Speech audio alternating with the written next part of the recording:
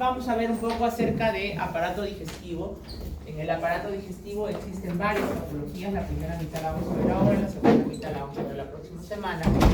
¿Ya? En general, ustedes saben que el aparato digestivo, su principal fin es básicamente la digestión para finalmente la absorción de los nutrientes, ¿no? Y para eso utilizamos lo que son una serie de glándulas y también utilizamos el tubo digestivo, el cual está compuesto desde la cavidad oral hasta finalmente lo que corresponda al ano, ¿no? El que finalmente se va a encargar de la excreción. Entonces el tubo digestivo se divide en la parte proximal, que viene a ser la boca, el esófago y el estómago, en la región intermedia, que corresponde al duodeno y el yuyno e ilio, y la región distal, que corresponde al intestino grueso, es decir, el ciego, colon y recto, ¿no?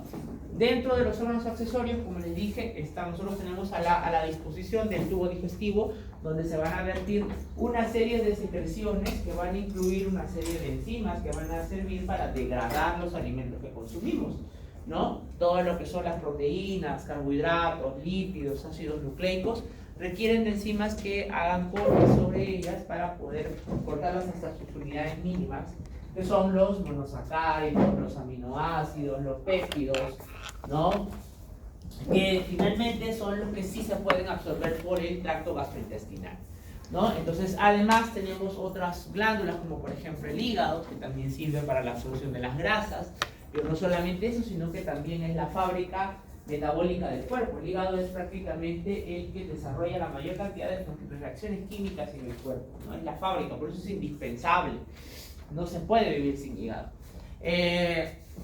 Y en toda su extensión, nosotros nos caracterizamos por tener básicamente las capas de la mucosa, que es la que lo envuelve y habitualmente tiene un epitelio, ¿no? La submucosa, que básicamente está por debajo de la mucosa y que puede tener glándulas secretoras, ya sea de moco o de algunas otras hormonas en el interior.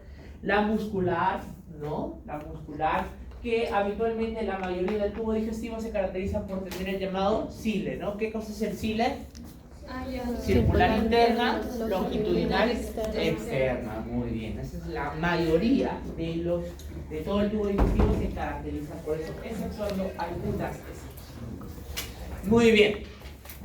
Dentro de las funciones está la ingestión, básicamente dada por la parte más proximal, la digestión, que empieza desde la parte proximal y termina prácticamente hasta el intestino delgado.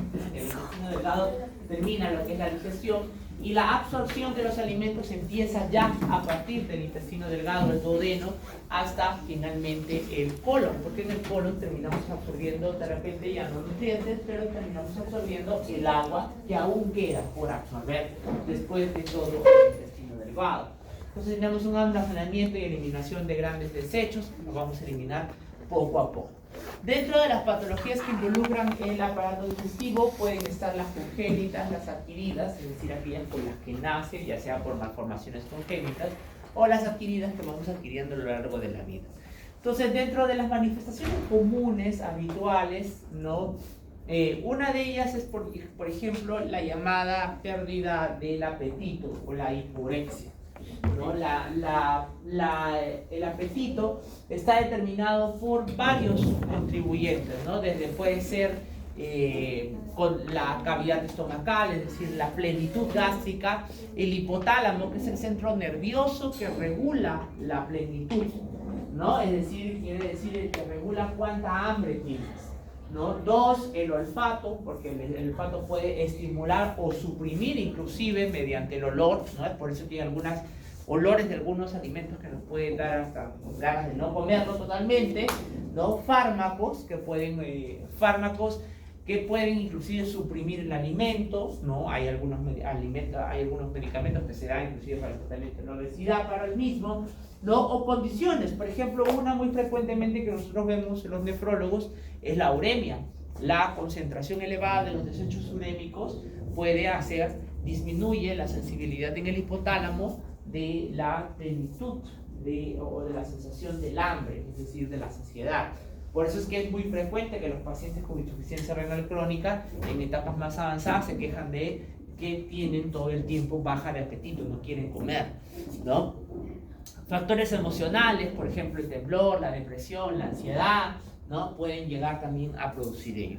En general se dice que nosotros estamos en un equilibrio constante entre lo que es la ingesta y el gasto de lo que comemos, y esto está regulado por varias enzimas como la leptina, la insulina, la grelina, ¿no? el péptido intestinal y ayunar I, ¿no? etcétera, los cuales actúan sobre, por ejemplo, que es el núcleo arcuato, que es parte de lo que es el hipotálamo y que ayuda a mediar todo lo que es la saciedad, ¿no? Entonces hay hormonas que pueden ya sea estimularla, ¿no? o pueden inhibirla. Por ejemplo, acá vemos la insulina, ¿no? que tiende a promover la inhibición, mientras que estimula al contrario, que más bien promueve la mayor cantidad de gasto, ¿no?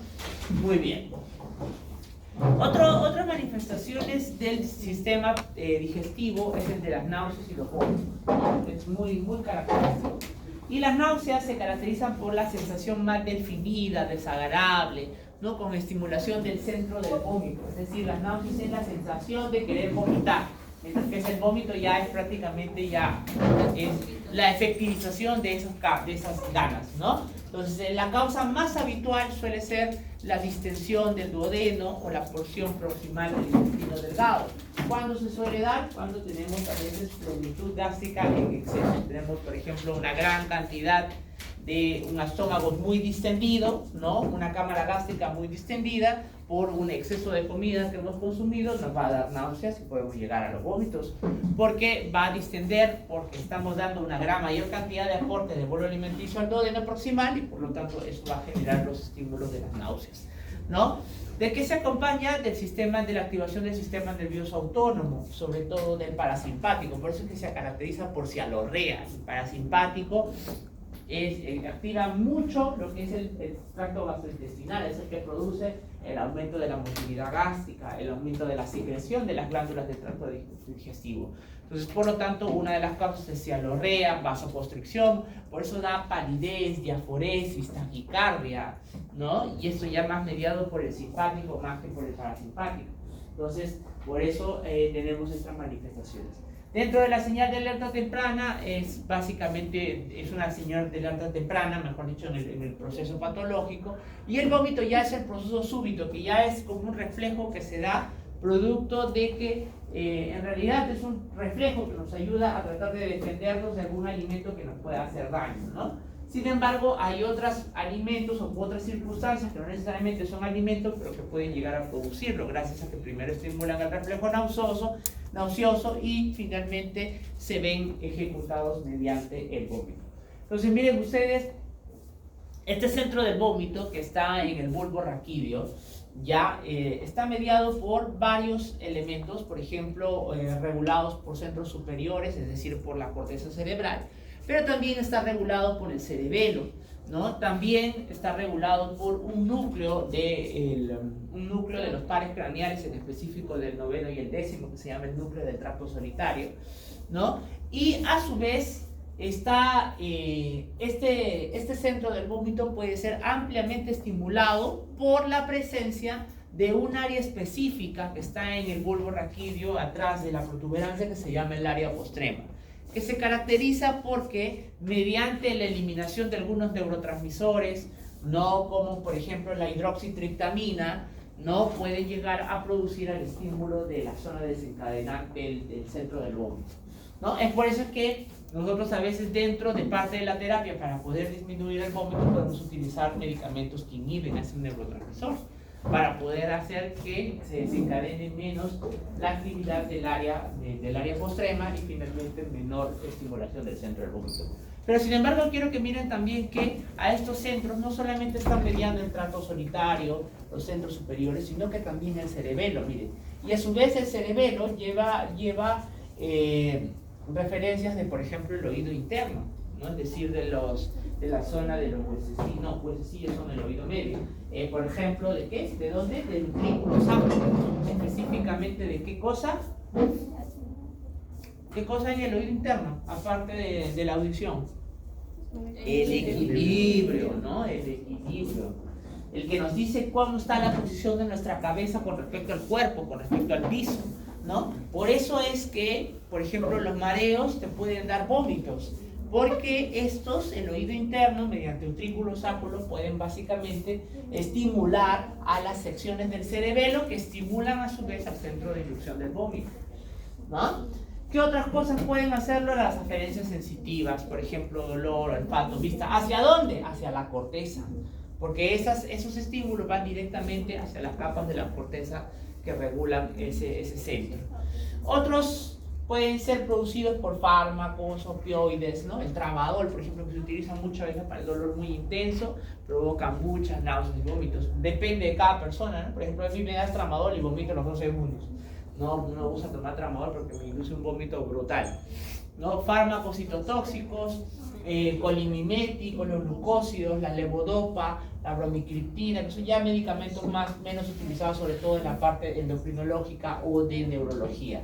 O irritantes locales, ¿no? Como virus, bacterias, fármacos, que inducen lo que es irritación a nivel del estómago, en el intestino delgado, y mediante las neuronas del sistema neuroentérico, produce al neurotransmisor de la 5-hidroxitriptamina. Y esta 5-hidroxitriptamina, mediante las vías, activa las vías aferentes simpáticas y vagales, lo que estimula el núcleo del tracto solitario al vómito y por lo tanto te da el vómito. ¿Qué otras cosas más? ¿Quién inerva a la faringe? El glosofaringio. Y el glosofaringio inerva a la faringe y miren, ¿dónde termina? En el núcleo del tracto solitario. Por eso es que si yo lo induzco, lo estoy todo el tiempo estimulando con el dedo, con el, ¿cómo se llama? Con las paletitas, a veces se utilizan, ¿no? En algunas enfermedades como la anorexia, la bulimia, inducen de esa forma el vómito. Porque esos receptores inducen el área directa sensitiva del núcleo del tracto solitario y por lo tanto el centro del vómito y vomitas, ¿no? Muy bien, ¿qué otras enfermedades tenemos? Enfermedades de las glándulas salivales, tenemos infecciones orales, estados inflamatorios que pueden producirlo. Por ejemplo, ustedes han visto en Morfo 2, vieron una enfermedad que producía una inflamación de las glándulas salivales en el seminario. ¿Se acuerdan? Si no, mis alumnos de Morfo 2 no han tenido la mala suerte. Por ejemplo, ¿cuál es? Una que es autoinmune. ¿Cómo se llamaba? El síndrome de Sjögren. Muy bien, doctor, el síndrome de Sjögren, ¿no? Síndrome de Sjögren es un estado proinflamatorio de las glándulas salivales y de las glándulas lagrimales, ¿no? Entonces hay una inflamación crónica, hay una cialodenitis. Muy bien, tumores malignos y benignos que son carcinoma de células escamosas, eso es muy raro, no es muy frecuente, ¿no? Vamos a ver algunos de ellos. Probablemente una de las más conocidas es la enfermedad periodontal, ¿no? ¿Alguna vez ustedes se han estado cepillando y se han dado cuenta que sangra un poco la encía? ¿Ya? ¿Y a qué se debe? ¿Qué cosa es? ¿Por qué se produce? Porque hay gingivitis, chicos. Eso es gingivitis, la inflamación de las encías. ¿Por qué se producen? Porque nos lavamos mal los dientes, porque tenemos placa dentaria. Por eso es importante el lavado dental y no solamente el lavado dental, sino el uso del hilo dental, porque en las zonas por donde no entra el cepillo se acumula la comida, las bacterias comienzan a crecer, crecen lo que es el lito periodontal, que se conoce como el sarro. Eso que conocen como el sarro es un lito, o como así como el cálculo urinario, igualito, es un lito. Es una sal que se ha petrificado y que se ha formado acá. ¿Cuál es la diferencia? Que ese lito, al igual como sucedía con el cálculo de Struvita, así como es producido por una bacteria, igualito puede ser aquí. Entonces la bacteria se aloja en ese lito y por lo tanto tú vives en constante inflamación. De hecho, la gingivitis es un estado proinflamatorio crónico, ¿no? ¿Qué hay que hacer ahí? Extraerlo, por eso tienes que ir al dentista o al odontólogo una vez al año por lo menos, pues. Porque a veces se acumula y si no te lavas bien los dientes, si no usas, por ejemplo, hilo dental, ese sarro ya no lo vas a poder sacar ni con el hilo dental, pues hay que sacarlo ya con el odontólogo, ¿no? Entonces eso puede provocar gingivitis y a veces, miren, pueden creer, miren cómo ven acá, las encías están totalmente retraídas, es producto de que ese sarro que se está acumulando alrededor, que se ve como una placa dura, que no provoca ningún tipo de dolor ni nada, poco a poco va destruyendo más encía, la bacteria, la inflamación va destruyendo más encía y la encía se comienza a retraer. Entonces el diente que debería de ver acá, las encías se comienzan a subir hacia arriba y se va quedando desnudito el diente, hasta el punto en el cual inclusive ya pueden provocar la pérdida total de la pieza dentaria, ¿no? Doctor, Muy bien. ¿y el hilo dental se utiliza antes o después de cepillar? Se utiliza después del cepillado. Porque algunos dentistas decían que lo utilices antes para sacarlo sucio, que cepilles. Bueno, eso se hace al final con el enjuague, ¿no? Yo, por ejemplo, yo les cuento, yo tengo tenía, ya no, gracias, felizmente ya me estoy sanando, que tenía algo que se llama la superposición numeraria, ¿no? Yo, por ejemplo, utilizo no los brackets, sino los alineadores, son como unos plásticos acá que tengo que andar andando con mi pobre boca, ¿no? Entonces, ¿cómo se llama? Y parte de eso es adecuada limpieza, ¿no? Pero mi odontóloga, ¿cómo se llama? Bueno, y alguna vez yo le pregunté eso igualito, ¿no? Me dijo que, bueno, que en realidad científicamente no hay diferencia entre cepillarse antes o después. Lo importante es que te cepilles, que utilices hilo dental y que al final hagas un lavado. Que puedes hacerlo con lo que quieras. Así, mira, no es necesario que te compres cualquier lavado el más caro posible, ¿no? Si quieres solamente con agua, pero que hagas un enjuague finalmente, ¿no? Lo más importante es el uso del cepillo y el hilo dental. Súper importante, ¿ya? Muy bien, entonces, ¿qué produce esto? Destrucción de tejido, migración apical de los tejidos, o sea, se van yendo más hacia arriba, se va resorbiendo, y lo peor es que ustedes ya no pueden recuperar esto, o sea, esto ya no se recupera ya, chicos. Así se queda su diente, baratito. Entonces, tienes que poco a poco mejorar la higiene dental. Muy bien, la cialaginitis crónica, ¿a qué se refiere? A la inflamación crónica de las glándulas salivales, ¿no? Es muy poco frecuente que se pueda producir realmente una infección. Es muy poco frecuente las infecciones de las glándulas salivales. Lo que es más frecuente son las inflamaciones crónicas de índole autoinmune. Y ahí, por ejemplo, tienen a la enfermedad de Sjögren. No puede dar también una inflamación crónica por una obstrucción, o sea, un lito a nivel de los conductos excretores. ¿Cómo se llama el conducto excretor de la glándula parótida? Conducto parotídeo. Tiene un epónimo. Ahí el conducto de esteno. ¿Ah? ¿De cuál? De esteno, muy bien, de esteno, muy bien. ¿Y el de la submaxilar? ¿Submaxilar? De Wharton. Wharton, muy bien. ¿El de la lingual? Ribindus, ¿ya ves? Ahí. Todos tienen que saber conmigo, chicos, ¿ah? Yo enseño oficio, fisiopato, fármaco, anato, nefrología, todo enseño, así que todo ya está en mi cabeza. Viste, más botado imposible. Muy bien. La glándula afectada más frecuente es la submandibular, sobre todo cuando hay obstrucción del hito, eso es muy frecuente, ¿no? Provoca un dolor intenso, con inflamación, a veces con secreción mucopurulenta. Miren, así se ve, esta es una glándula que está totalmente infiltrada por linfocitos, ¿no? Y aquí lo que tenemos es una dilatación total de los conductos, ¿no? De los conductos que drenan finalmente los acinos pancreáticos, los acinos salivales, ¿no? Y totalmente atróficos, porque la inflamación alrededor destruye la membrana basal donde se están asentando y la célula pierde su función, ¿no? El carcinoma de lengua es una patología afortunadamente muy rara, son casi siempre carcinoma de células escamosas, porque obviamente el epitelio de la lengua es un tipo de epitelio escamoso, ¿no? Son habitualmente bien diferenciadas y hacen metástasis a ganglios regionales, o sea, habitualmente hacen acá, al cuello, ¿no? A la cabeza, a veces a la región supraesternal, etcétera, ¿no? Entonces, miren, este es el carcinoma de lengua, totalmente indiferenciado, es un tumor de epitelio estratificado, ¿no? Hay como perlas de queratina formadas porque estas células que son escamosas comienzan a hiperproducir queratina y producen por eso esas lagunas alrededor en la histología, ¿no? Muy bien, vamos ahora al trastorno del esófago. Anomalías congénitas. Afortunadamente las anomalías congénitas son rarísimas, gracias a Dios, porque realmente existen anomalías que son muy aparatosas, ¿no? Dentro de ellas podemos encontrar, por ejemplo, las atresias, las fístulas y a veces la duplicación, o sea, la existencia de dos esófagos, ya es sumamente más raro.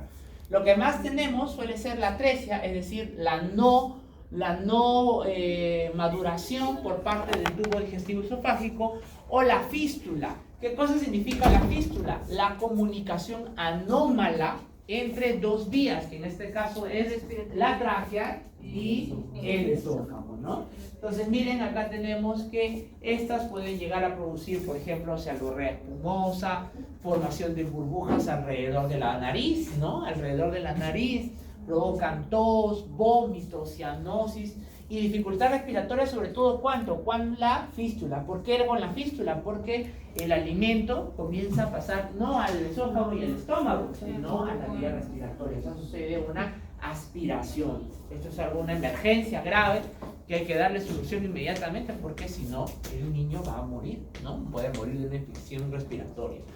Dentro de las fístulas, la más frecuente es la fístula donde hay una fístula distal, es decir, el extremo distal del esófago es el que se comunica con la tráquea y el extremo proximal más bien termina en saco vacío, ¿no? Es decir, es que no tiene fondo, ¿no? Tiene fondo, mejor dicho, ¿no? Tiene fondo y no termina en ningún tubo, ¿no? Esto pues obviamente hay que hacer una reparación quirúrgica compleja, ¿no? Esto lo hacen habitualmente los cirujanos pediátricos. Hay que hacer todo un campo para poder operar a un niño tan chiquitito. Dentro de otras manifestaciones clínicas tenemos la disfagia. ¿Qué significa la disfagia? Es la dificultad para deglutir. Y esta disfagia generalmente se da porque nosotros tenemos dentro del movimiento de la deglución, ustedes saben que parte de la deglución en parte es voluntaria y otra parte es involuntaria, ¿no? La primera parte, la parte más voluntaria, básicamente tiene que ver con llevar el bolo alimenticio a través de la lengua hacia el paladar blando, o sea, elevarlo. Y una vez que toca el paladar blando, la demás parte que continúa la deglución, que es juntar los pilares, ¿no? Elevar el paladar, constreñir a los músculos de la faringe, todos ellos ya son movimientos involuntarios, ¿no? Y además la elevación de la laringe, porque fíjense ustedes, durante la deglución yo elevo la laringe hacia arriba para que la epiglotis se cierre y entonces así no haya comunicación con la vía respiratoria. Normalmente las personas que estamos en la edad adulto joven, ¿no? Hasta los 65 años aproximadamente, adulto normal, ¿no? Habitualmente tienen un reflejo adecuado, no tienen mayor dificultad, pero cuando ya tienen más de 70, 78, más de 80 años, este defecto deglutorio se va perdiendo poco a poco. Por eso es que los ancianitos tienen mayor riesgo de poder aspirarse, es decir, de que pueda pasar el alimento hacia el tracto respiratorio.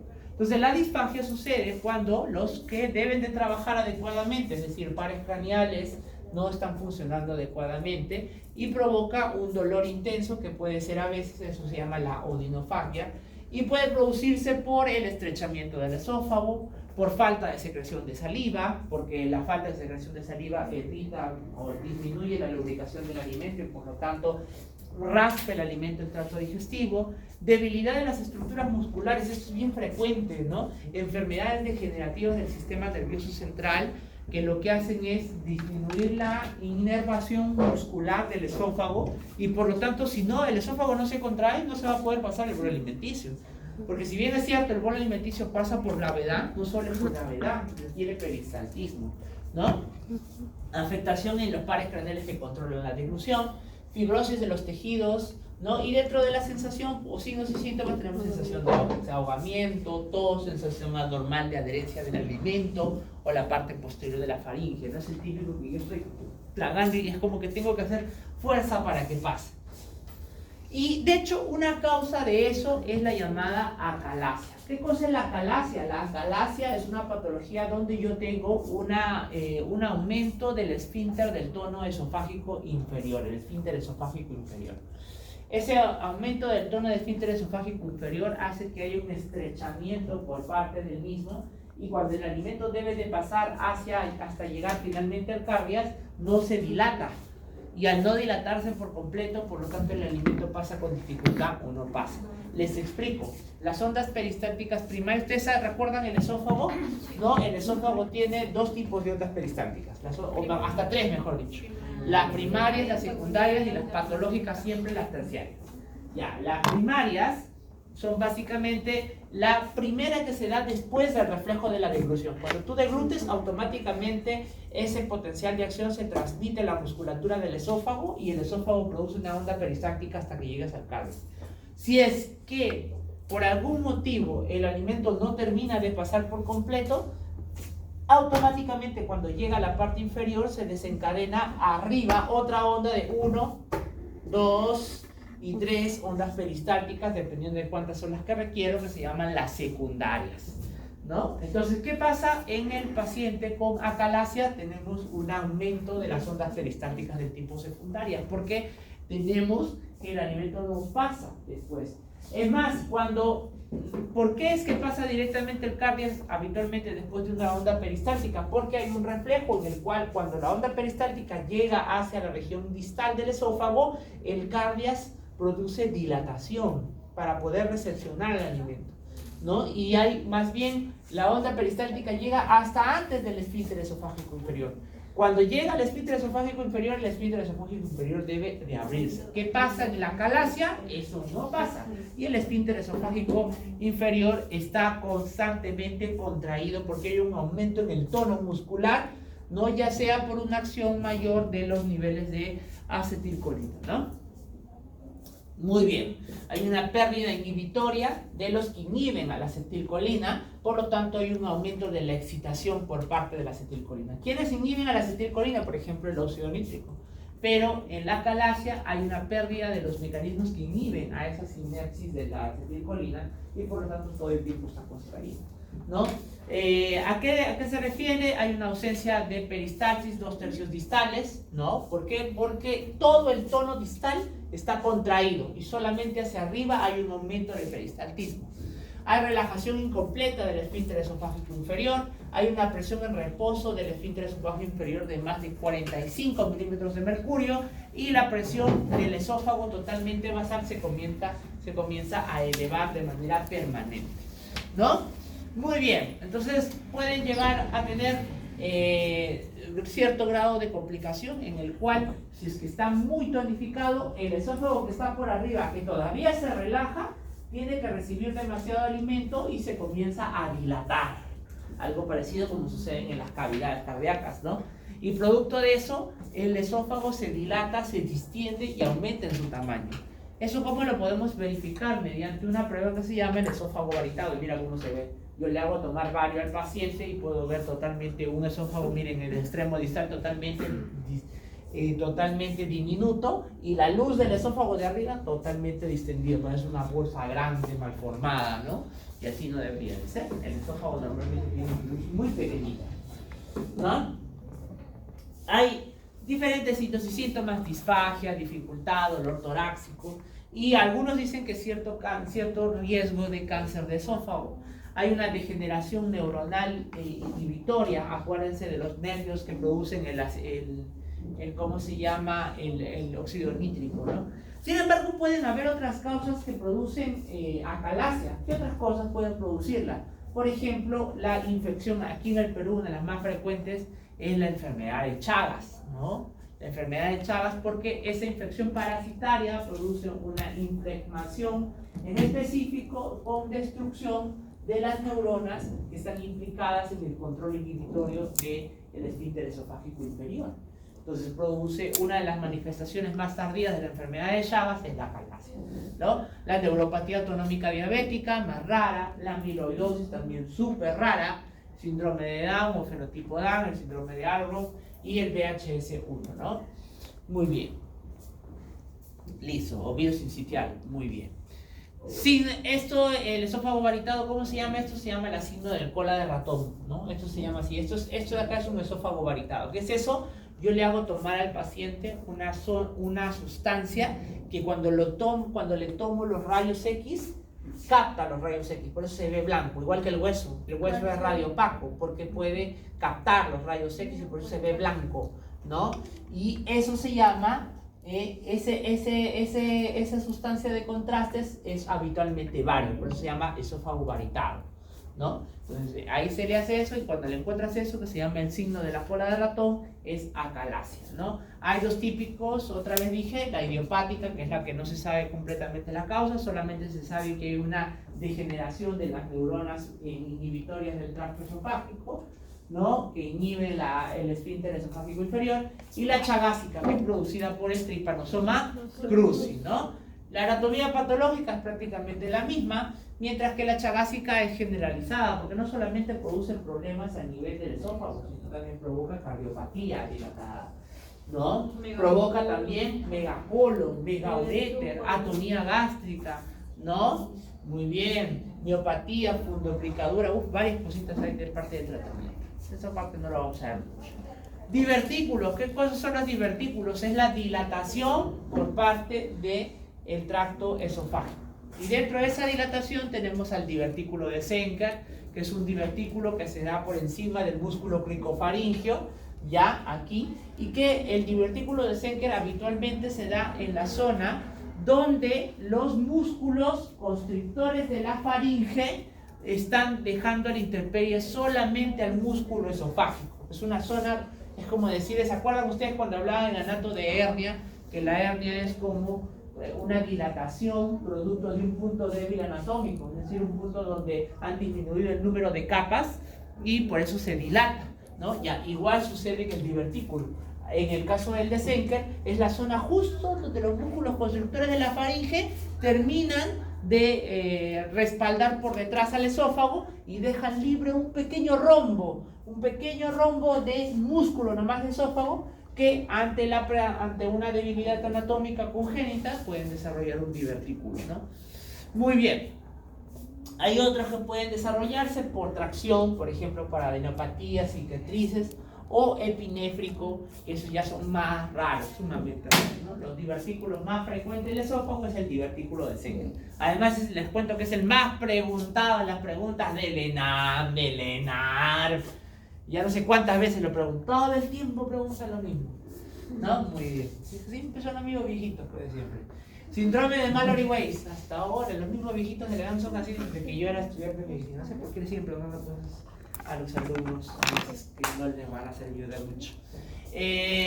Desgarro longitudinal, ¿no? El síndrome de Mallory-Weiss. ¿Saben qué cosa es el síndrome de Mallory-Weiss? Es un desgarro longitudinal. O sea, eso quiere decir es un desgarro de la zona interna de la musculatura del esófago que provoca la ruptura de vasos sanguíneos.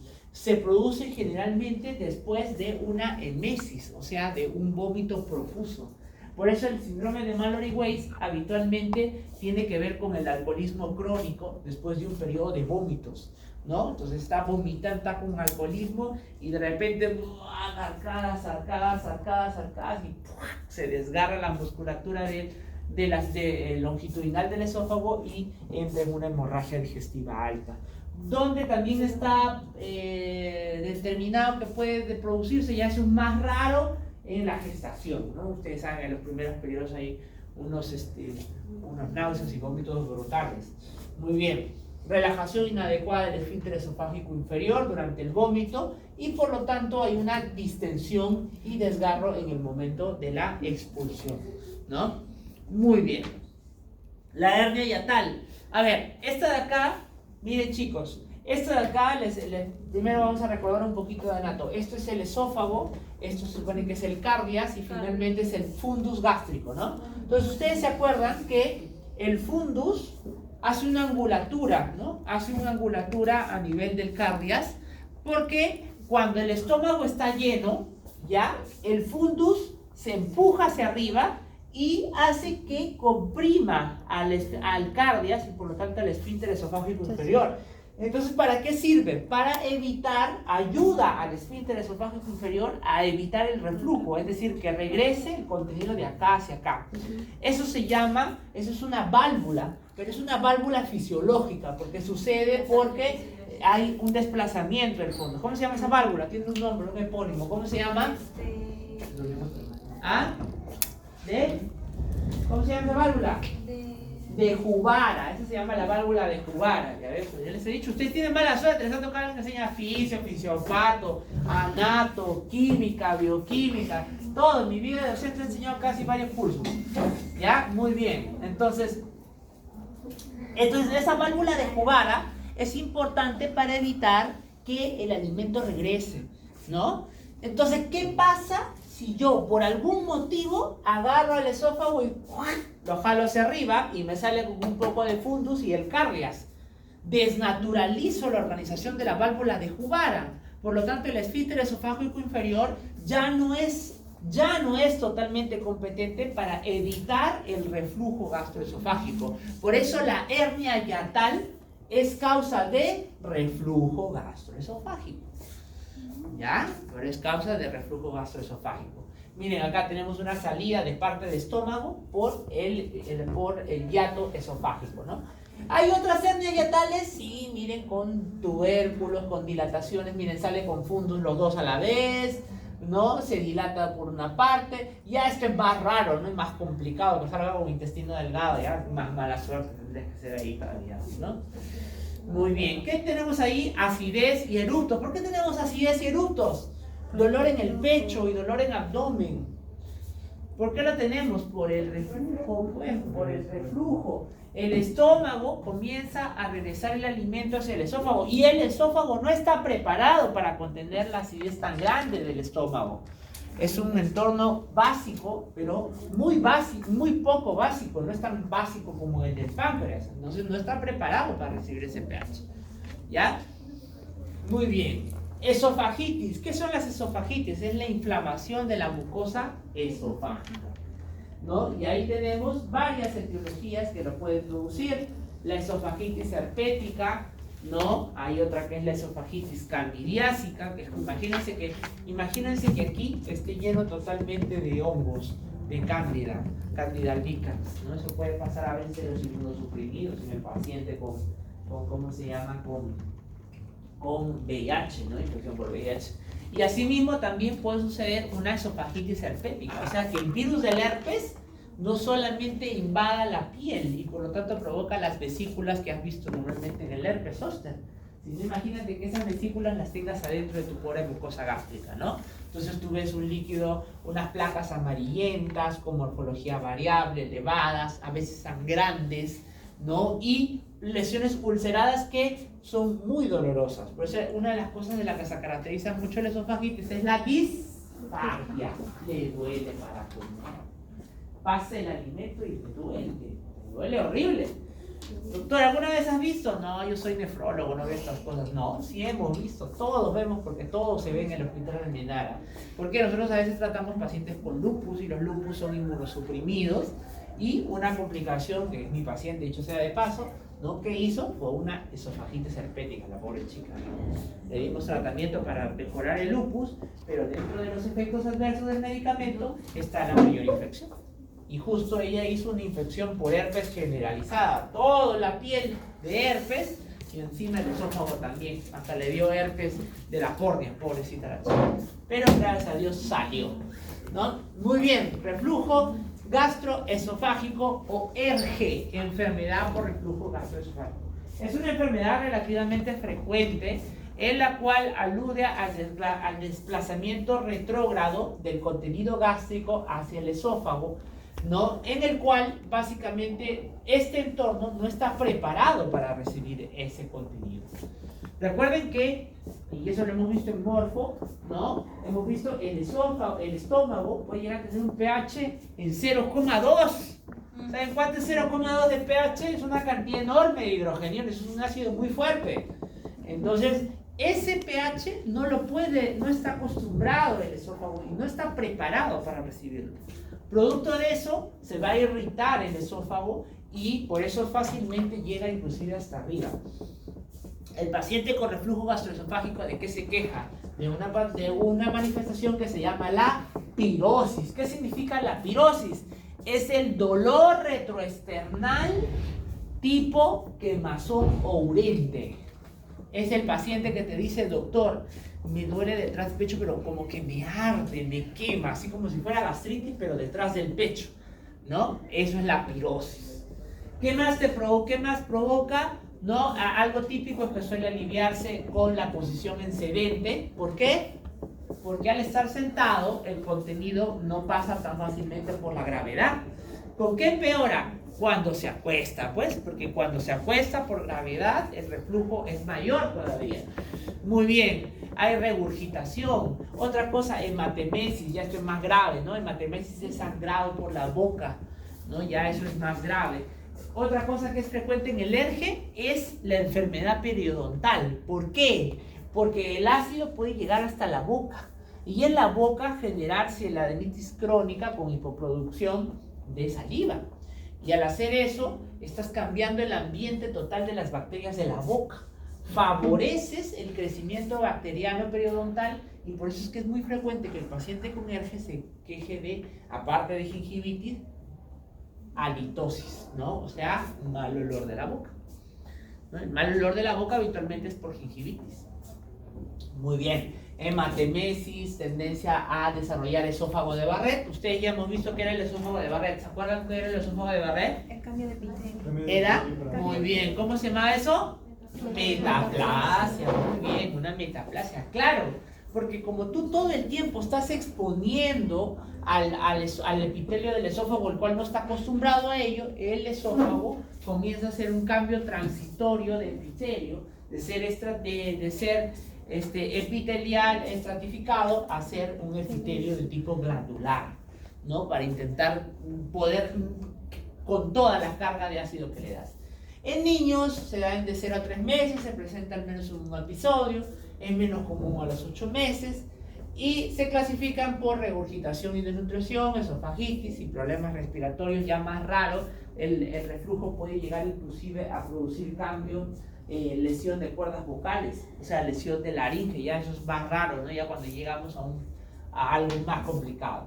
Cuando el ERGE es crónico, porque obviamente ya se tiene que dar con el tiempo, la mucosa esofágica va comenzando a cambiar de morfología. Se produce lo que es la metaplasia, conocida como el esófago de Barrett, que es una lesión premaligna en el aspecto de que no es que es una displasia. Ojo, el esófago de Barrett no es una displasia, no es como la displasia de cuello uterino. Es un tipo de adaptación. ¿Se acuerdan? Hemos visto que la metaplasia es un tipo de adaptación hacia una injuria. Sin embargo, sí es cierto que en el caso de la metaplasia producida en el esófago, la persona que tiene esófago de Barrett tiene mayor probabilidad de poder hacer cáncer de esófago de la parte distal, ¿no? Entonces sí se le considera por eso una lesión premaligna, en el aspecto de que es muy probable que si no le das tratamiento al ERGE y por lo tanto mejore la metaplasia, en algún momento se va a terminar transformando en cáncer de esófago. Básicamente la clínica es la misma que la del ERGE, porque justamente es el ERGE el que produce la metaplasia, el esófago de Barrett, ¿no? Muy bien. Entonces, ¿por qué se da? Porque el epitelio escamoso dañado, ¿no? Comienza a ser lesionado por la inflamación y la ulceración constante, que genera cambios en señales en algunos genes, ¿no? Que finalmente produce lo que es una metaplasia columnar, ¿no? Es decir, el cambio epitelial de ser escamoso a ser columnar, ¿no?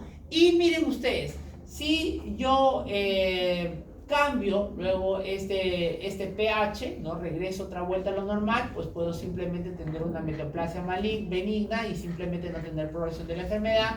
Pero si yo tengo una segunda exposición, o sea, de manera permanente, ya se activan lo que son cambios degenerativos en los genes de estas células de la metaplasia, llevándolo finalmente al adenocarcinoma de esófago, ¿no? Miren, así se ve.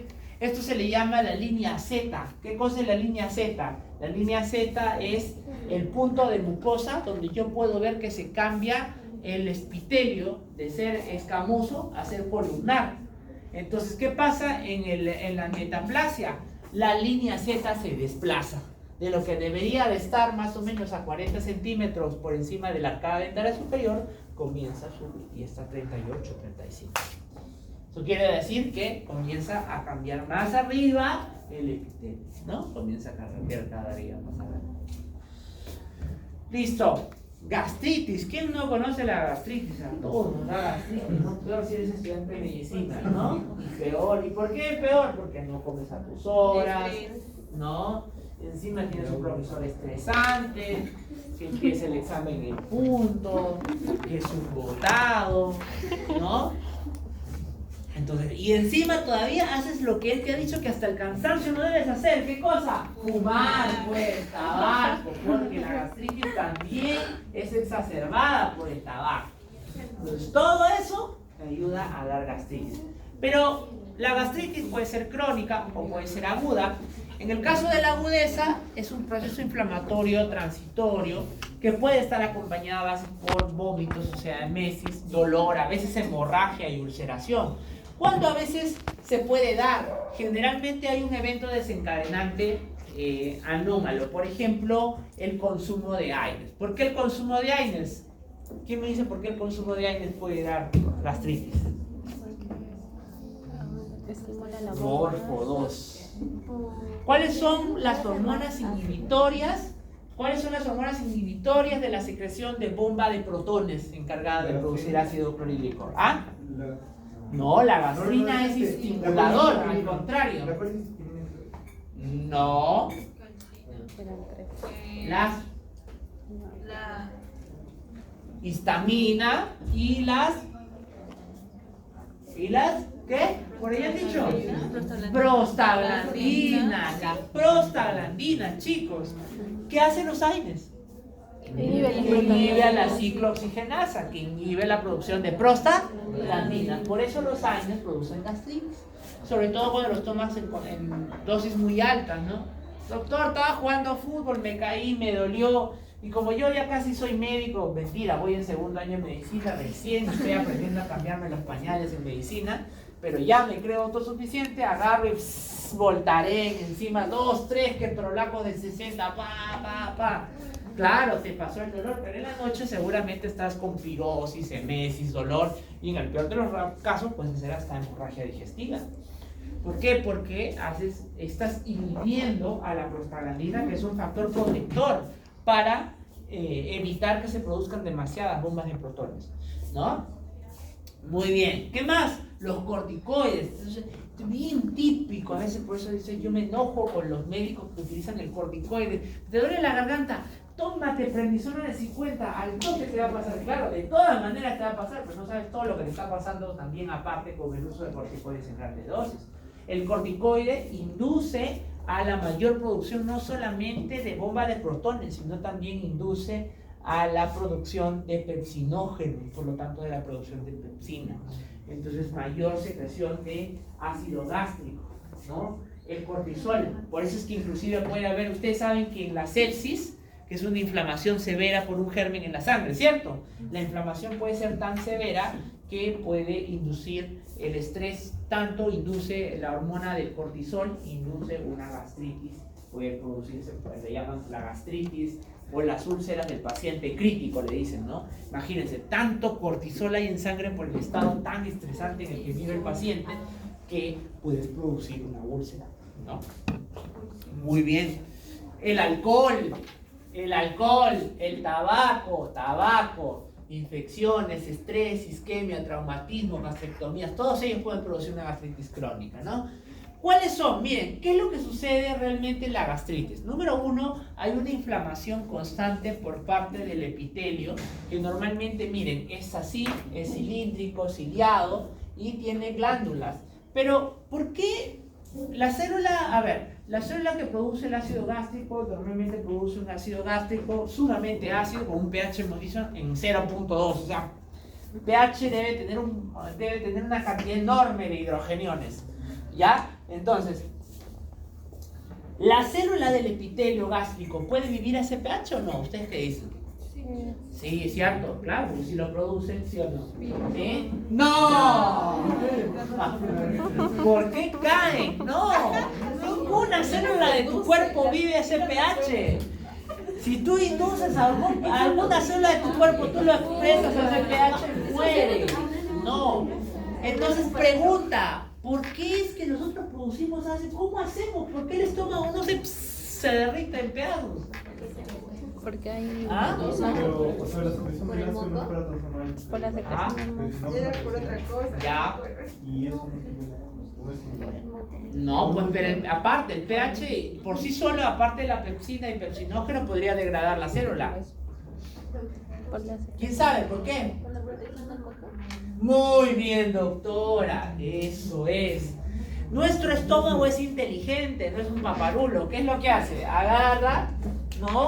Agarra y nosotros tenemos en nuestras glándulas oxínticas unas células que se llaman caliciformes y mucosas, que lo que hacen es inteligentemente secretan una barra de moco grande y gruesa por encima de la mucosa estomacal, que se le llama la barrera protectora.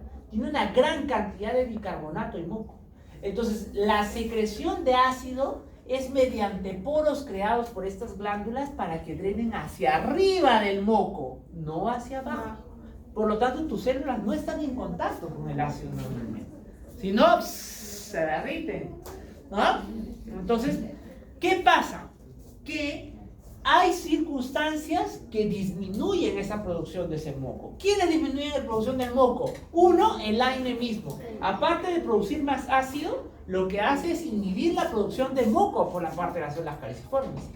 ¿Quién más? El tabaco. El humo del tabaco disminuye el grosor de la pared protectora. Por eso deja de fumar otra vez. El alcohol igual disminuye el grosor de la pared mucosa. Y 3, hay una bacteria que produce una enzima que se llama ureasa, que tiene la capacidad de romper a la barra de mucolíticos que hay acá en el interior, que se llama Helicobacter pylori. Por eso Helicobacter pylori es causa también de gastritis. Pues, ¿ya ves? Entonces, cuando yo pierdo esta barra de moco, tengo una exposición mayor al ácido, una inflamación en respuesta y poco a poco, miren, puedo llegar a degradar hasta producir una úlcera. Y ya al producir una úlcera, la úlcera puede llegar por debajo de la mucosa, su mucosa llega a un vaso sanguíneo, hemorragia digestiva. Y ahí la canción, ¿no? Muy bien.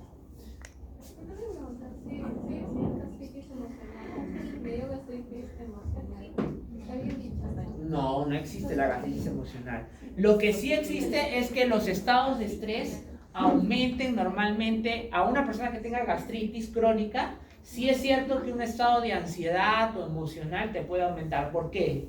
¿Quién me dice por qué? ¿Qué aumenta? ¿Qué aumenta el estrés? ¿Qué aumenta? ¿Qué he dicho? Cortisol. ¿Qué hace el cortisol? Mayor producción de ácido gástrico. Por eso el aumento de los estados emocionales como ansiedad, etcétera, sí te pueden dar gastritis. Pero no es que son emocionales, sino es que son producidas por el cortisol. Muy bien, gastritis aguda puede haber formas leves, formas graves, lámina propia, puede haber, miren en la morfología, un edema moderado, congestión vascular, epitelio de superficie intacto, pero con presencia de neutrófilos, y en la forma grave, erosión con hemorragia, ¿no? Miren, ven. Totalmente, ya aquí prácticamente no hay arquitectura de epitelio, ¿no? Y si ese epitelio, o sea, ya se desgastó, o sea, ya se hizo la... ¿Cómo se dice? ¿Se pierde la lámina basal, te refieres? No, o sea, se puede volver a regenerar. Claro, porque los epitelios, acuérdense, los epitelios del tubo digestivo, si la lámina basal está indemne, tiene una gran capacidad de volver a entrar a ciclo celular. ¿Se acuerdan cuando vimos en las primeras clases cuáles eran las células que tenían gran capacidad de entrar en ciclo celular y por lo tanto hacer mitosis 1, 2 y 4 y 3 y 4 y 5 veces en las células epiteliales? Siempre y cuando tú mantengas la membrana basal. Porque si ya te pasas por debajo de la membrana basal, ya no. Ahí ya te queda una cicatriz nomás. Eso lo reemplaza el fibroblasto y ahí te queda una cicatriz.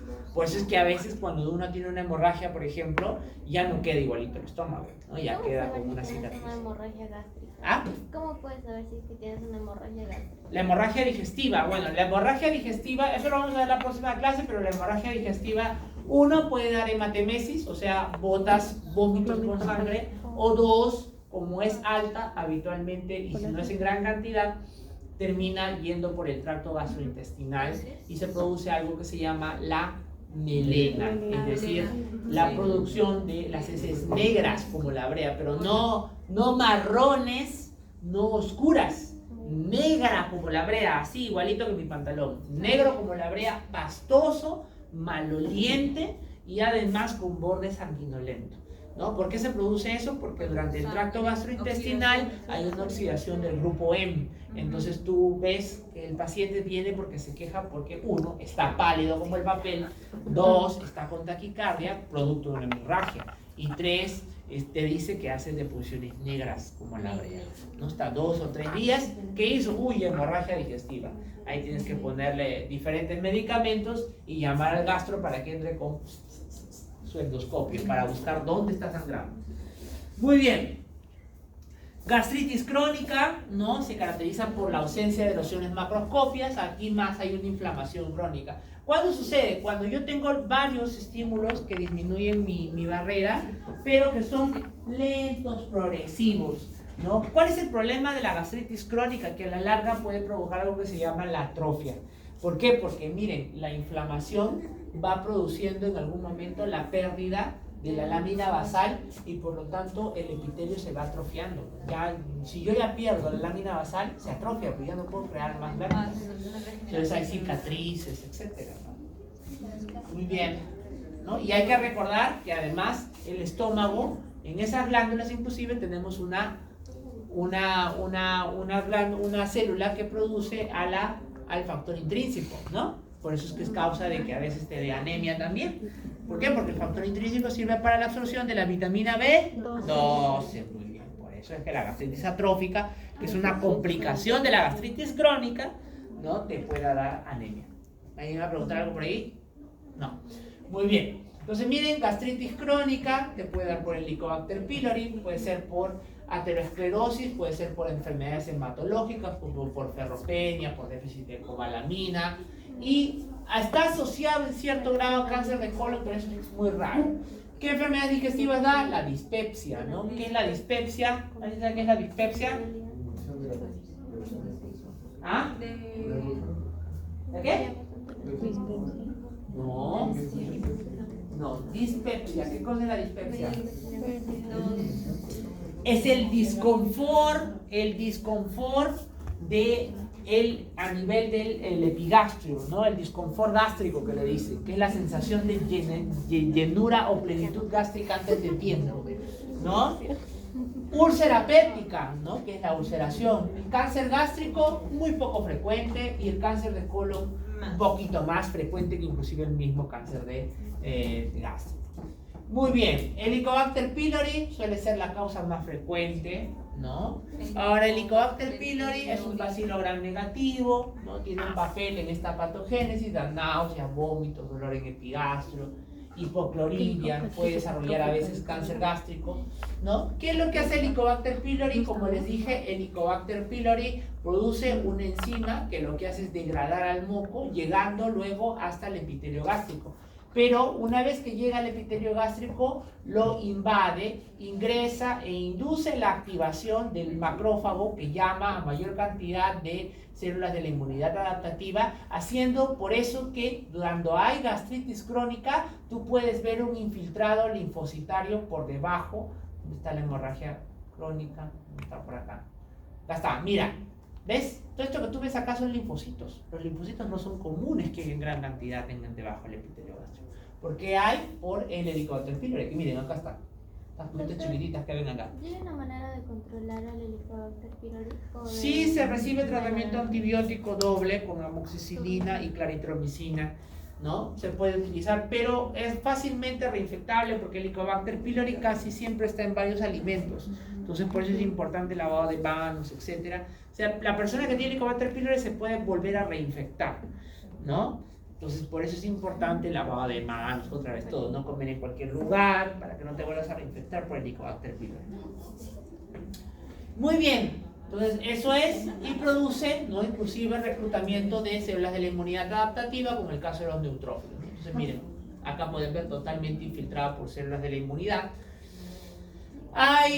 Puede haber autoinmunitaria si afecta el fondo y el cuerpo. Helicobacter pylori solamente el antro y el cuerpo y el fondo. La mucosa está enrojecida, hay engrosamiento de los pliegues, la lámina propia está infiltrada por linfocitos y células plasmáticas, y a veces pueden hacer metaplasia intestinal con atrofia glandular, ¿no? Miren, totalmente infiltrado, y poco a poco se va perdiendo la lámina basal y por lo tanto la producción de células epiteliales es menor y el volumen va disminuyendo, y miren el adelgazamiento de la mucosa poco a poco, ¿no? Muy bien.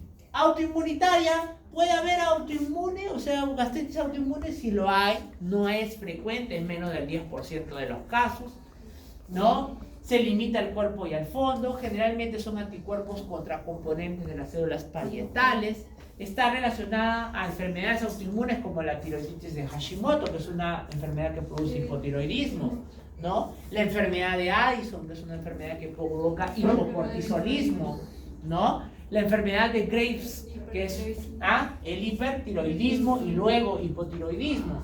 O multifactorial, que es muy frecuente a veces hasta en otras enfermedades autoinmunes, ¿no? Ya más, en el lupus y esas enfermedades hay, pero son muy raras, muy rarísimas. Muy bien, química. ¿Puede haber química? Sí, por supuesto, ¿no? Por ejemplo, porque haya una incompetencia del píloro que hace que regrese contenido alcalino intenso hacia el contenido ácido, ¿no? Secreciones pancreáticas, bilis, gastroduodenostomía, ¿no? Son ya más raros. Doctor, ¿y cómo se puede diagnosticar una gastritis crónica? O sea, tú vas al consultorio y le dices al doctor tus síntomas y el doctor te dice tienes una gastritis crónica o es necesariamente para diagnosticar gastritis, primero se puede hacer diagnóstico clínico. Por los síntomas tú lo puedes sacar, pero casi siempre, si tú vas a un gastroenterólogo, casi siempre, ¿qué te va a decir? Endoscopía. Porque para ver la inflamación tiene que sacar una muestra y tiene que verla. Pues. Todas las características morfológicas que yo acabo de decir, tienen que verlas. Esas características morfológicas de engrosamiento de pliegues, de enrojecimiento, secreciones de lagunas, todo eso, ¿cómo lo ve? En el endoscopio nada más. No lo puede ver de otra forma. ¿Ya? La complicación más rara, la complicación más grave son las úlceras pépticas con perforación, ¿no? ¿Ustedes saben qué es la perforación de la úlcera? Una úlcera es que simplemente se forma como un huequito en la mucosa que pueda llegar al sangrado. La perforación es que el hueco llegue todo el estómago hasta atrás. O sea, puede llegar hacia... ¿Quién está atrás del estómago? Páncreas, vaso, riñones, colon, imagínense. Habitualmente el más comprometido es el páncreas, ¿no? Muy bien. Una perforación gástrica es una complicación ya muy grave. Es una emergencia. Son lesiones crónicas que afectan a cualquier porción del tracto gastrointestinal. No solamente puede ser en el estómago, miren, también puede ser en el duodeno. Porque las gastritis, el contenido demasiado ácido puede terminar en el duodeno y puede ser tanto que el duodeno no pueda soportar esa cantidad y provocar una inflamación. Hay que recordar que habitualmente esto si se da normalmente en la primera porción del duodeno. ¿Por qué? Porque la primera porción del duodeno tú no tienes todavía el drenaje ¿de quién? Del conducto pancreático, que es el que libera el contenido alcalino. Entonces, por eso esas lesiones habitualmente suceden en el bulbo duodenal, en la primera porción del duodeno. ¿No? ¿Qué clínica puede haber? Anemia por pérdidas, dolor tipo ardor. ¿Cómo se llama el dolor tipo ardor? Urente, ¿no? El dolor urente, así se llama, ¿no? Muy bien. Hemorragia, perforación o obstrucción. ¿Por qué puede haber obstrucción?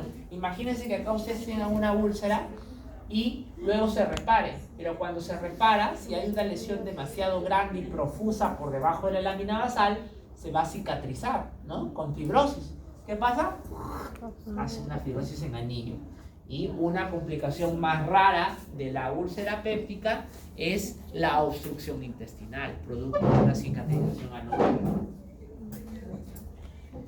¿Por qué se debe? Porque lo que les dije, hay un desequilibrio entre los factores que ayudan a la protección del estómago y otras, o a mejor en general al tubo digestivo y otros que aumentan, ¿no? Entre ellos puedes tener el Helicobacter pylori, todos los mismos que la gastritis prácticamente, ¿no? Entonces, miren, el ácido gástrico puede llegar a provocar una úlcera superficial solamente llegando a su mucosa, o puede ser relativamente profunda, ¿no? Para inclusive provocar la perforación completa. Esto ya es perforación, ¿no? O puede ser una lesión llegando más allá de la submucosa y haciendo una úlcera moderada a grave, ¿no? Cuando ya traspasa toda la pared del tubo digestivo, eso ya no se llama úlcera, se llama perforación, ¿no? Perforación. Miren, así se mira este estómago con un hueco ahí, ¿no? Esa es una úlcera, ¿no? Y a veces ustedes saben que eso es cuando ya está cicatrizada, porque cuando está sangrando, tú puedes ver aquí, se ve cómo sale la sangre, como un caño, ¿no? Es una emergencia. Por eso el gastroenterólogo tiene que entrar inmediato, hace clipa, pone ahí, encuentra el vaso, lo agarra, lo clipa, lo cose con el endoscopio, le pone, no sé, material esclerosante, ya está, ahí lo deja y lo vuelve a evaluar en unos días, ¿no? Hay un montón de cosas. Y como gastritis hay un montón, por eso los gastroenterólogos tienen un montón de chamba. ¿Por qué creen que para poder postular a gastroenterología tienen que tener un buen puntaje? A ver, ya eso sí, a los gastroenterólogos, ¿para qué? No les voy a decir nada, sí, les va bastante bien en la parte particular, ¿no? En cambio, los nefrólogos nadie quiere ir porque todo el mundo dice diálisis y les da miedo. Muy bien. Es que somos pocos los llamados, pues. Listo. Microscópicamente, entonces, miren ustedes, hay una úlcera activa con necrosis, ¿no? Ya es material totalmente perdido, con bordes, con capa superficial, fibrinoide alrededor y alrededor también infiltración, ¿no? Muy bien, ¿no? Miren, acá tenemos una úlcera. Eso que ustedes ven ya acá es material necrótico, ¿no? Células muertas ya, completamente producto por la acidez. El cáncer gástrico. Dicen que ¿dónde hay una mayor incidencia de cáncer gástrico? En Asia, ¿no? En la zona de Japón. ¿Por qué? Por el consumo de alimentos ahumados. Ellos consumen muchos alimentos ahumados, ¿no? Tabaco también hay una mayor índice. Pero su mortalidad, ellos tienen una incidencia mayor que nosotros, pero una mortalidad menor. ¿Cómo es eso, doctor? ¿Cómo es una incidencia mayor por mortalidad menor? ¿Qué quiere decir? Ellos diagnostican más, pero se le mueren menos.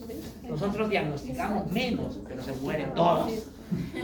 No todos, pero se mueren bastante, en gran cantidad. ¿Por qué? Porque ellos han desarrollado algo que se llama el diagnóstico temprano. Ellos diagnostican el cáncer desde las etapas tempranas. Hay una etapa, cuando ustedes lleven gastro, que se llama el early cancer, que es el cáncer que solo está restricto a la mucosa y la submucosa. Y ellos le dan tratamiento desde ya, con endoscópico. O sea, hacen una mucosectomía, o sea, hacen una extracción de la mucosa, ¿no? Eso sin ellos. Acá, muy raro que un paciente con cáncer llegue a ese punto. Rarísimo. Casi siempre cuando llegan, cuando están con baja de peso, ¿no? Hacen hemorragia digestiva, ganglios positivos. Ya cuando eso ya pasa, usualmente ya hay hasta metástasis, ¿no? Pero eso, ¿por qué pasa? Por un pésimo programa preventivo, no solamente por parte del sistema de salud, sino por la población. Por eso es que todos nosotros debemos tener una evaluación preventiva de cáncer de estómago, sobre todo después de los 35 años. Ya a mí ya se me va acercando mi tiempo, poco a poco, ¿no? Poco a poco, así es, todos vamos a llegar a esta edad, ya era muy, todos van a llegar, ahora se ven jóvenes. Yo también me veía así porque estaba sentado. Muy bien. Cuando estaba sentado ahí en las aulas de salón, ahora estoy acá. Muy bien. Y pronto abajo, ¿no? No, más adelante todavía, cuando tenga 105 años. Tengo que asegurarme que mi hija se case con un hombre de bien. Solamente después me puedo morir, nada más. Antes no me está permitido morirme. Entonces, muy bien. Muy bien. Listo. Registro de cáncer en Lima, miren ustedes, ¿no? Cada vez tenemos un cáncer cada vez más diagnosticado, pero desgraciadamente, como les repito, en etapas tardías, ¿no? ¿Qué genes están implicados en el cáncer gástrico? Hay varios, el GR2, el GLI1, MIR22, CDH1, ¿no? Son una serie de cánceres, son una serie de genes difíciles de un poco a veces de comprender, pero recuerden ustedes que, ¿por qué hablamos de genes? Recuérdense que hemos dicho que todos los cánceres se deben a una mutación de un gen supresor de tumores o de un gen promotor, ¿no? ¿Cuál es el cáncer más frecuente? Pues obviamente el cáncer de las células que del epitelial, ¿no? No es escamoso porque cuando un cáncer es escamoso es porque viene del epitelio escamoso. O sea, por ejemplo, el carcinoma de esófago, por ejemplo. El esófago, como es un carcinoma de esófago, ahí sí recién, ¿no? Muy bien. Y el otro que tenemos es el adenocarcinoma. Cuando un cáncer viene de una célula que es glandular, se llama adenocarcinoma. Acuérdense de la clase de neoplasia. Entonces, esto es un adenocarcinoma gástrico, ¿no? El adenocarcinoma gástrico es un proceso maligno. Puede estar asociado al grupo sanguíneo tipo A con una mayor prevalencia, antecedentes familiares, pero es importante preguntar siempre por antecedentes de cáncer gástrico. La infección por virus de la Epstein-Barr se ha habido que también está asociado. Helicobacter pylori. Miren, ambiental, consumo de nitritos, sal, carnes rojas, ahumados, escasez de vegetales, baja ingesta de proteínas, huésped con gastritis crónica, Helicobacter pylori, ¿no? Trabajadores de las minas, anemia perniciosa, todo ello puede llegar a producir. Muy bien. Entonces, miren ustedes, habitualmente va ascendiendo poco. Hay dos tipos, el tipo intestinal y tipo difuso. Eso ya son clasificaciones histopatológicas, ¿no? El tipo difuso, que es habitualmente la mucosa gástrica normal, pasa a ser un carcinoma difuso, ¿no? Y el intestinal, que habitualmente a veces pasa por el proceso de metaplasia, luego displasia y luego pasa a carcinoma, ¿no? Este es el más frecuente, el que empieza habitualmente en la mucosa y luego va progresando poco a poco, ¿no? Miren, ¿qué es lo que hay que ver en cáncer gástrico? Según la profundidad, el tipo histológico, el patrón de crecimiento. Miren ustedes, este es el cáncer gástrico, ¿no? Es importante por eso, chicos. Y tiene estadiajes, obviamente. ¿De acuerdo qué significa el estadiaje? De acuerdo a cuán grado está infiltrado. Por eso es importante que cuando uno tiene una patología gástrica, ir al gastro para que haga la endoscopía, porque si el gastroenterólogo ve alguna lesión elevada, media rara, de repente no hay sangrado, no tiene gastritis, pero por ahí encuentra una lesión media rarita, él lo que va a hacer es sacar su muestrita y eso lo va a mandar al anatomopatólogo. Y es en la anatomía patológica, o sea, el patólogo el que va a ver si es que hay un cáncer o no. Entonces, ahí de acuerdo a eso, pues se le da tratamiento, ¿no? Obviamente que miren, mientras más profundo esté el arraigamiento, la posibilidad de mejora es mínima, ¿no? Es cada vez menor. ¿Por qué? Porque mientras más extendido esté, es muy probable que ya haya hecho metástasis. Y si ya ha hecho metástasis, es más complicado el darle tratamiento al paciente. ¿Dónde hace metástasis el cáncer gástrico? En el hígado, ¿no? En el hígado, pulmón, ¿no? Muy bien. Linfático, ¿no? Pues es muy frecuente que a veces aparezcan ganglios acá, supraclavicular, axilar, paraxilar, línea media, ¿no? Muy bien, acá están los tipos histológicos, eso ya es para que ustedes lo lean, miren. Acá está bien, toda una infiltración completa, es en adultos mayores de 60 años, ¿no? Miren los túbulos totalmente degenerados, totalmente desorganizados, no delimitadas en organización, ¿no? Miren, están completamente desorganizados, células totalmente desorganizadas de acuerdo a los tamaños. Sensación, inflamación después de comer, indigestión severa, inexplicable, pérdida de peso, vómito continuo, pérdidas, hematemesis y melena, náuseas persistentes e inexplicables, y comes una pequeña cantidad y te llenas inmediatamente, ¿no? Es la plenitud gástrica aumentada. O sea, yo siento que se me llena, doctor, como y con muy poquito me lleno. Eso es lo que pasa. Entonces, por eso siempre, cuando uno tiene, miren, estos síntomas son muy similares a la gastritis, a una indigestión. Por eso es que es importante ir al médico, chicos, vayan al médico. No, de repente ustedes justo les encuentran y están en el early cancer. Y de repente tienen su seguro particular, a buena hora todavía. Porque si van a esperar el seguro social, todo eso, va a demorar una eternidad, ¿no? Muy bien, cáncer de colon, otra de las patologías. Diagnosticamos menos y se mueren más. ¿Por qué? Porque nos encontramos también muy tarde, pues, muy tarde. 98% son adenocarcinomas, lógico, porque el epitelio que recubre al colon es básicamente el de glandular, ¿no? Glandular. Se origina más frecuente en el sigma recto y existen 3 patrones de crecimiento, ¿no? Sobreelevados, con ulceración central y bordes, lesiones extensas, masas protuberantes como coliflor. Miren ustedes, así 3. Un crecimiento, eso es un crecimiento, eso acá.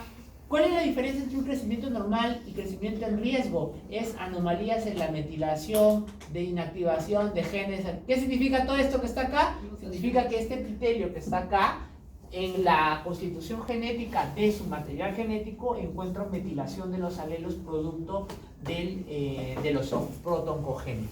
Entonces aquí yo tengo un second hit o segundo golpe y acá tengo un primer hit o primer golpe. Cuando la persona ya nace con este gen y cuando es expuesto a la mutación del segundo gen. Por ejemplo, yo tengo este gen que es ya mi primer hit. Yo ya nací con ese factor de riesgo. No por eso voy a hacer cáncer, porque muchas veces, ¿se acuerdan ustedes? Para la expresión del gen de que se desarrolle el cáncer, necesito ambos alelos. Y como necesito ambos alelos, necesito el second hit. Entonces, por eso es que se explica que una persona que tiene factor de riesgo tiene que cuidarse el doble. Pues.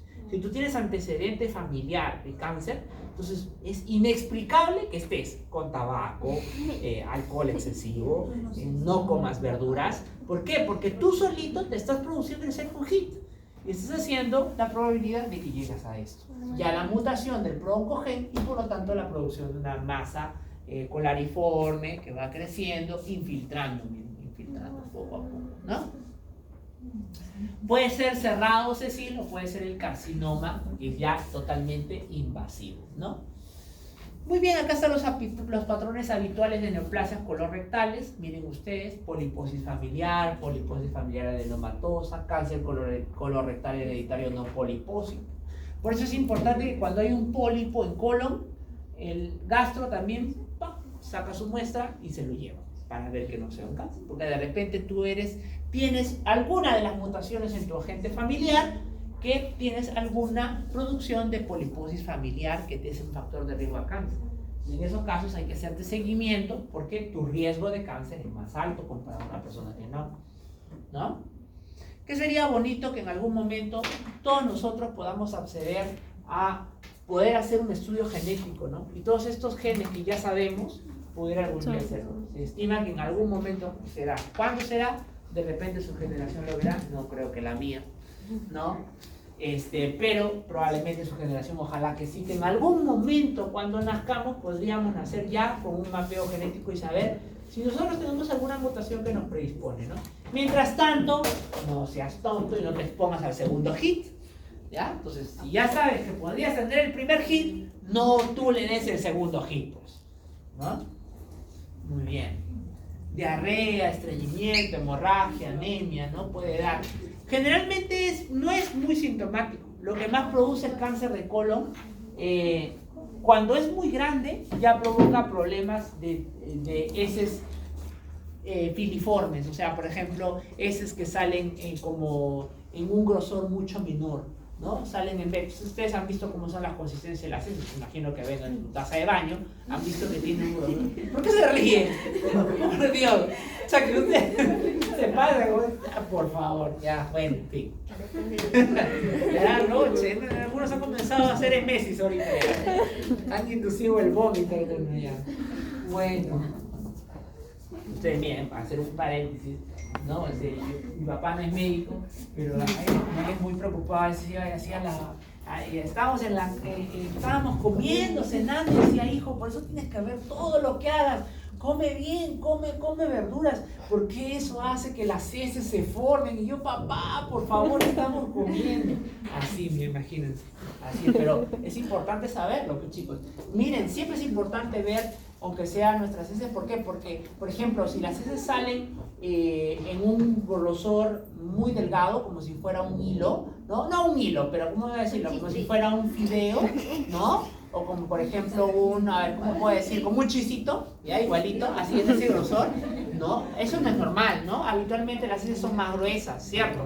Entonces cuando salen adelgazadas puede ser porque hay una obstrucción de por medio. En una persona joven suele ser por hemorroides. Pero en la persona ya más mayor, sobre todo si tiene factores de riesgo, hay que descartar cáncer gástrico, sobre todo si se le agrega baja de peso, ¿no? Ganglios positivos, ¿no? Pérdidas, hemorragias, ¿no? Etcétera también. Muy bien, ahí está el adenocarcinoma intramucoso. Miren ustedes, tiene un crecimiento que crece como un pólipo, algunos, y luego ya progresivamente va invadiendo cada vez más y más la mucosa. Y ya para acabar, vamos a la gastroenteritis. ¿Qué es la gastroenteritis? La gastroenteritis es lo que en el hospital le llamamos la GECA. Perdón.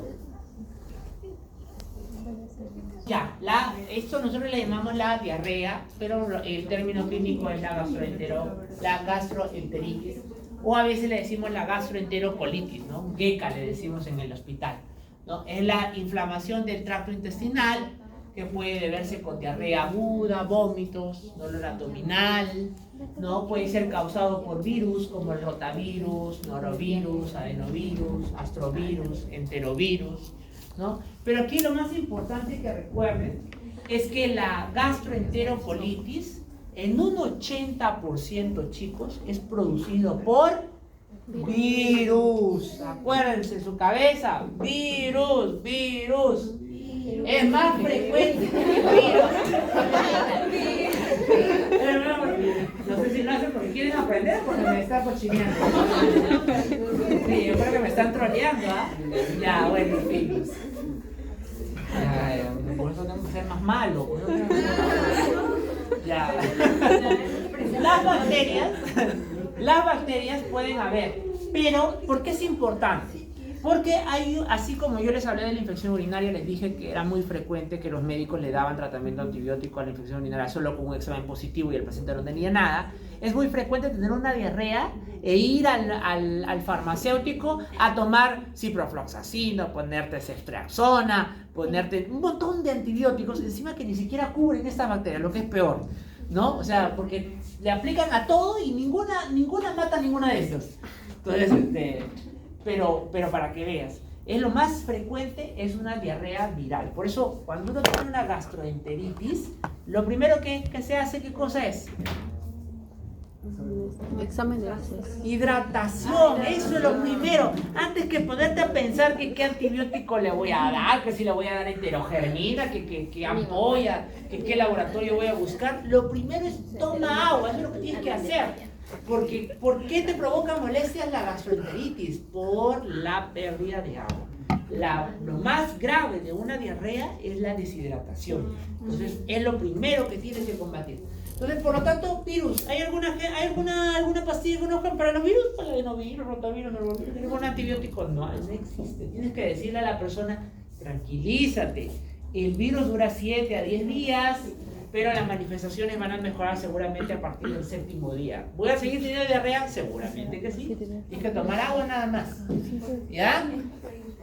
Muy bien. ¿Qué lo puede ser? Campylobacter jejuni, Salmonella typhi, ¿no? Escherichia coli, Shigella, Yersinia, Vibrio cholerae, ¿no? Esta fue alguna vez provocó una pandemia, una epidemia de cólera, ¿no? Ustedes saben que antes de que existiera el tratamiento para el cólera y de que mejoraran el tema de los hábitos saludables, ¿no? El cólera fue una gran epidemia que hacía perder grandes cantidades de diarrea, ¿no? Ustedes llegaban, ¿saben qué? Apareció la época, eso no es mi época por si acaso, porque eso es muy anterior, pero aparecieron las camas especiales para cólera, en las cuales tú acostabas al paciente y en la zona del glútea tenía un agujero y abajo colocaban baldes para que cayera nomás, porque literal como caño bajaba y el paciente lo tenías con hidratación ahí todo el rato, le pasabas 2, 3, 4, 5, 6, 7 litros. ¿Por qué? Porque perdía. En esa época los nefrólogos se volvieron famosos, ¿no? Porque todos hacían falla renal prerrenal por pérdida de volemia, todititos, ¿no? Entonces, inclusive hasta diálisis a veces requerían. Bien, parásitos, ¿no? La Yardia lamblia, la entamoeba, histolítica, clostridia. Pero estos Los parásitos no provocan diarrea aguda, provocan diarrea crónica. O sea, no habitualmente esas diarreas donde pierdes 2, 3, 4 veces al día, sino una diarrea con secreción semimucosa, que a veces dan durante 2 semanas, 3 semanas, con pérdida de peso, que son poco sintomáticas habitualmente, ¿no? Factores asociados, obviamente la mala higiene. ¿Por qué? Porque todos estos que están acá básicamente tienen un medio de contaminación, que es fecal oral, ¿no? Fecal oral, exactamente. Mano, boca, ahí está. Lávate la mano, por eso, ¿no? Cuando vayas, pues es importante. Yo voy al servicio higiénico, tengo que lavarme la mano bien. No lo hagas por ti, hazlo por los demás. Porque luego vas, ¿qué tal? ¿Cómo estás? ¿Cómo te fue en el examen? Y ahí le estás pasando todititos tus regalos, ¿no? Muy bien. Ahí está. Consumo de agua no potable, ¿no? Esto se hizo, esto por ejemplo, por eso alguna vez cuando hagan salud pública o vayan a hacer, por ejemplo, no sé, análisis estadísticos en pueblos más lejanos, o cuando vayan, sin ir muy lejos, cuando vayan al CERUM, vayan a pueblitos donde no llega el agua, van a ver que es muy frecuente la diarrea. ¿Por qué? Porque no tienen agua potable, no tienen agua potable, por eso siempre está contaminada. Vienen a veces del río su agüita, lo sacan. Consumo de alimentos, ¿no? Contaminados, viaje a países en desarrollo, ¿no? O sea, Perú.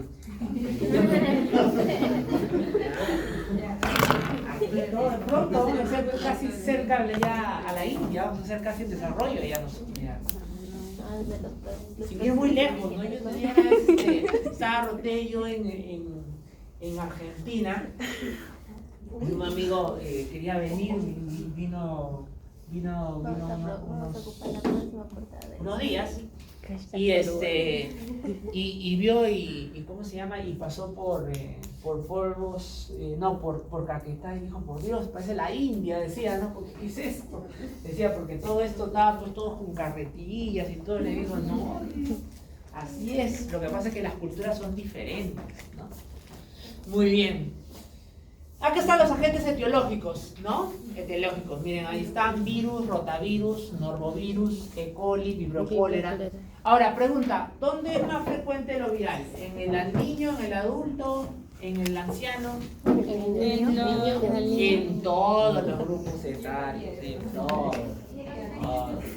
El bacterial también puede darlo, pero siempre es el segundo agente etiológico más frecuente, el segundo. En todos los grupos etarios, la diarrea, la primera causa es viral. Todas. Por eso tú tienes que asumir que la bacteria es viral, a no ser que tú veas alguna sintomatología propia de una bacteria. Por ejemplo, ¿qué cosas pueden inducirte a creer que es una bacteria? Uno, por ejemplo, a veces la diarrea que venga con moco o con sangre, ¿no? Porque eso lo puede provocar a veces la shigelosis, la shigella, la yersenia enterocolítica también puede provocar diarrea disentérica, ¿no? Fiebre, malestar general con diarrea con moco con sangre, entonces puede ser una diarrea bacteriana. Y en esos casos sí se puede cubrir antibióticos, ¿no? Después, no, ya, después, ¿no? Muy bien. Listo, ¿no? Parásitos, la yardia, ¿no? ¿Por qué provoca la yardia diarrea? Te llevaron parásitos, ¿cierto? Sí, porque se adhiere a la pared. Muy bien, pero la yardia es chiquitita. ¿Una sola yardia te provoca diarrea? No, varias. son Se varias. llenan así como tampones, Por eso la yardiasis provoca la estiatorrea. ¿Qué es la estiatorrea? Es la diarrea con presencia de gotas de grasa en su interior que son producto de alimento no absorbido, porque la yardia se une al intestino delgado, por lo tanto hace que no absorbas adecuadamente algunos componentes y aparecen en las heces, ¿no? Campylobacter jejuni, ¿no? Salmonella, tifi o no tifi, shigella, E. coli, Clostridium difficile, ¿no? Vibrio cholerae o Vibrio parahaemophilus, Salmonella tifi, otras como la Yersinia, Aeromonas, Plesimonas, Listeria, ¿no? Y parásitos, ¿no? O virales, citomegalovirus. Muy bien. Miren, 70% virus, bacterias 10 a 20%, y menos frecuentemente agentes, ¿cómo se llama?, parasitarios. Dentro de la manifestación clínica depende, porque la diarrea puede ser por una diarrea digestiva intestinal alta, o sea, de intestino delgado, como puede ser una diarrea de intestino grueso. Y las manifestaciones clínicas son diferentes. El intestino delgado habitualmente se caracteriza porque produce mucho aumento de motilidad gástrica. Entonces tú le encuentras algo que se llama, si tú escuchas la barriga con tu estetoscopio, vas a escuchar algo, pero lo escuchas cada 2 minutos, cada 3 minutos. Cuando tú lo escuchas a cada rato, se llama aumento de ruidos hidroaéreos en intensidad, porque lo escuchas más intenso, y 2, en frecuencia. ¿Eso qué significa? Que el peristaltismo está aumentando, y eso es frecuente en la diarrea. En la diarrea el peristaltismo aumenta, y eso aumenta además la diarrea, porque cuando aumenta más el tránsito intestinal, menos se absorbe, por lo tanto, más se escapa por las heces, ¿no? Y suena y no hay diarrea. Además, eso puede ser otras cosas, por ejemplo, obstrucción intestinal. Por ejemplo, tú puedes tener una obstrucción en el intestino grueso, el peristaltismo va a aumentar, algo así como en la calasia, ¿no? ¿Te acuerdas? Hay una obstrucción, el peristaltismo aumenta en el intento de querer hacerlo sacar también.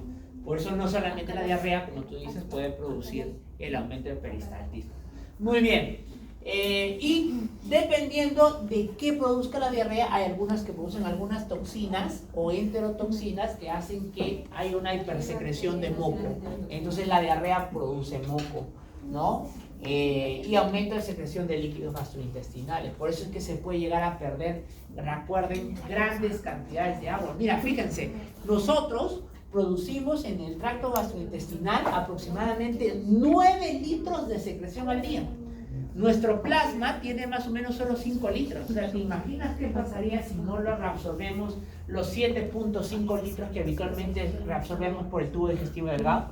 Por eso es que las diarreas de intestino delgado pueden producir diarreas profusas, grandes cantidades de deposiciones líquidas de líquidos. Porque ese punto es donde se reabsorbe la mayor cantidad de agua y electrolitos del tracto gastrointestinal. Alteración de la actividad o estructura del borde del cepillo, por lo tanto hay liberación de 5-hidroxitroctamina, lo que aumenta la actividad de las células enterocromáfiles con estimulación de la zona de activación de los quimiorreceptores y estimulación del vómito, ¿no? ¿Por qué? Porque las células enterocromáfiles están habitualmente en el sistema nervioso entérico, por debajo del plexo submucoso. Entonces, esos inducen, liberan 5-hidroxitroctamina, la cual se va hacia la área postrema, y por eso es frecuente que la diarrea se dé a vomitando a cada rato, ¿no? Muy bien. Listo. Bastante expresivo el doctor. Muy bien. Sí, dice. Hay 4 tipos de diarrea clásicamente, ¿no? La secretora, que es cuando yo secreto mayor cantidad. Por ejemplo, eso lo produce el fibro coleral o las gastritis virales. Es típico la secreción de moco y además la secreción de iones y cationes a nivel de la luz intestinal. Osmótica. ¿Cuándo se produce una osmótica? Cuando yo, por ejemplo, he consumido algo que es osmóticamente muy activo y que no se puede reabsorber. O sea, por ejemplo, este es el tubo gastrointestinal, yo consumo un fármaco o algo que no se reabsorbe, pero que es osmóticamente muy activo. ¿Qué significa osmóticamente muy activo? Que como aumenta la osmolaridad, ¿a quién jala adentro? Agua. Al agua, pues. Por ejemplo, eso lo hacen los laxantes. Por ejemplo, la lactulosa. La lactulosa es, tú tomas una sustancia osmóticamente activa que no se absorbe y por eso jala agua y hace que tú hagas deposiciones, ¿no? Enfermedades congénitas, algunas drogas o suplementos orales, inflamatorias, como por ejemplo estos son por una vasodilatación intensa de la mucosa, por bacterianas, disentérica, Shigella, Yersinia, quimioterapia, radiación, o hipermotilidad. De repente la secreción está normal, no he tomado algún agente, nada, no estoy infectado, pero resulta que la motilidad está muy aumentada, y como está muy aumentada no se absorbe bien. Si no se absorbe bien, termina en diarrea. Hipermotilidad, que habitualmente suele ser por diagnóstico de exclusión. Por ejemplo, ¿saben cuándo hay esto? Eso es lo que se le llama el síndrome del intestino irritable, ¿no? Eso es una patología que cada vez es más frecuente. Muy bien, entonces hay osmótica, osudativa, secretora, motora. Esta es la clasificación habitual más, digamos, más clásica de la diarrea, ¿no? La clasificación más clásica, ¿no? Todas ellas producen diarrea. Muy bien, caso clínico. Paciente varón de 26 a 65 años, obeso, fumador crónico. Perdón, vamos a ver por dónde va. Años, obeso, fumador crónico con antecedente de apnea tal, prefiere haber tenido pérdida inexplicable de peso en los últimos 3 meses, además de disfagia, náuseas, tos y sensación de ardor en el estómago, y junto con demás presencia de matemesis. Se le pide una radiografía en la región y se observa una tumoración del tercio inferior del esófago, y a la biopsia se observa tejido de aspecto glandular con presencia de células cancerígenas. ¿Cuál sería el diagnóstico? Adenocarcinoma. Miren, 3 últimos meses ha perdido 8 kilos, disfagia, náuseas, tos, sensación de ardor gástrico, junto con lo demás, hematemesis en las últimas 2 semanas. Se le pide una radiografía y se observa una tumoración en el tercio inferior del esófago. Aunque no creo que sea una radiografía, debe ser una tomografía, porque la radiografía no se ven las tumoraciones. En el tercio inferior del esófago. Se le aplica biopsia y aspecto glandular con presencia de células cancerígenas. ¿Qué sería? Cáncer esófago, ¿no? Cáncer esofágico probablemente. ¿Por qué ha sido? Porque probablemente ha hecho un esófago de Barrett primero y luego, ¿no? Seguramente tenía un herpes, ¿no? Signos y síntomas: alteraciones gastrointestinales, se manifiesta con anorexia y vómitos. Las patologías del esófago van entre las